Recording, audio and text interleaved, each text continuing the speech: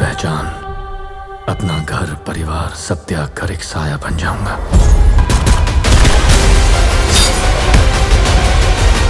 ওকে তো ভাই লোক, অনেক অপেক্ষা ও তপস্যার পর ফাইনালি আজকে অর 2 এর ট্রেইলার আসলো, যেটা তো ভাই পুরাই আগুন। Hrithik and junior NTR just ফাটিয়ে দিয়েছে ভাই। টিজারটা যেমন বেশ কিছু জায়গায় আমাদের হতাশ করেছিল, তো ওখানে ট্রেলারটা সব জায়গায় ইমপ্রেসিভ ছিল।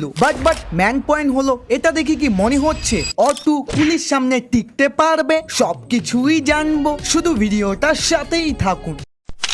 শুরুতেই যদি মুভির হালকা একটু গল্পের সম্পর্কে বলি, ওয়েল আমি দেখে যতটা বুঝতে পেরেছি, কবির আবারও একটা সিক্রেট মিশনের জন্য নিজের টিমের সাথে গদ্দারি করবে এবং সে এমন একটা পর্যায়ে চলে যায় যে বাধ্য হয়ে সে তার টিম লিডার কর্নেল নোথ্রাকেও মেরে ফেলে। কিন্তু তারপরেও তার মিশনের সত্যতা কাউকেই জানায় না, বিকজ কবির এখন কাউকেই বিশ্বাস করে না। তার সাথে ওই যে সে শুরুতে শপথ নিয়েছিল না যে নিজের পরিবার, ঘর, ভালোবাসা সবকিছুকেই ভুলে গিয়ে সে একটা ছায়ার মতো হয়ে নিজের দেশকে বাঁচাবে।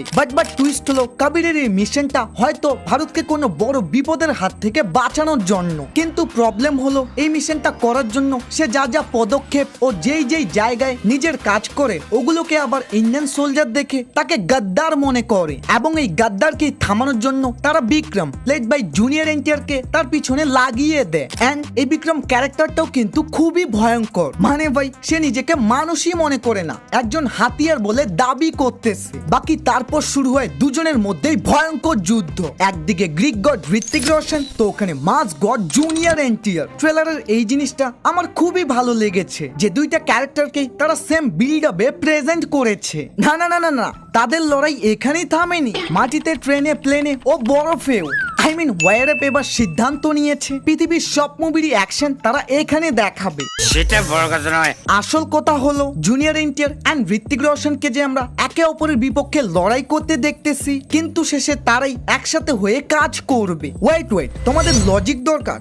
टेंशन नहीं लेने का अपन है ना। এই সিনে তারা যখন একসাথে দেখা করে, তখন একটু আশেপাশে লক্ষ্য করুন, কেউ কিন্তু কাউকে বেঁধে রাখেনি। মানে এটা ক্লিয়ার তারা এখানে কথা বলবে। এন্ড এক্স্যাক্টলি এই সিনেই হয়তো কবির তার পুরো প্ল্যানিং এর ব্যাপারে এনটিআর কে জানিয়ে দেয় এবং বিক্রমও তার কথা শুনে বুঝতে পারে যে কবির আসলে ইন্ডিয়াকেই বাঁচাতে চায়। কিন্তু এটা তো ছিল মুভির গল্প, তবে ট্রেলারটা আসলে কেমন ছিল? ওয়েল সত্যি কথা বলতে আমার এটা ভালোই লেগেছে। হ্যাঁ, অবশ্যই কিছু জায়গায় কমতি ছিল, বাট টিজারটার সাথে সাইড বাই সাইড কম্পেয়ার করলে অনেক কিছুই মেকাররা ইমপ্রুভ করেছে। আর অ্যাকশন তো ভাই বাপ লেভেলের। ওয়েট কেয়ারা আডবাণীকে তো আমরা ভুলে যাচ্ছি, তিনিও কিন্তু মুভিতে একজন স্পাই এজেন্ট হবে। তবে আপনাদের মাথায় প্রশ্ন আসতে পারে, সেই সিনে ঋত্বিকের সাথে কেন ফাইট করতেছে? ভাই আবারও তুমি ভুলে গেছো। না, আমি সাবস্ক্রাইবের কথা বলতেছি না। শুরুতে যে কর্নেল নোথ্রাকে ঋত্বিক মেরে ফেলে, মূলত ওনারই মেয়ে কেয়ারা আডবাণী। কি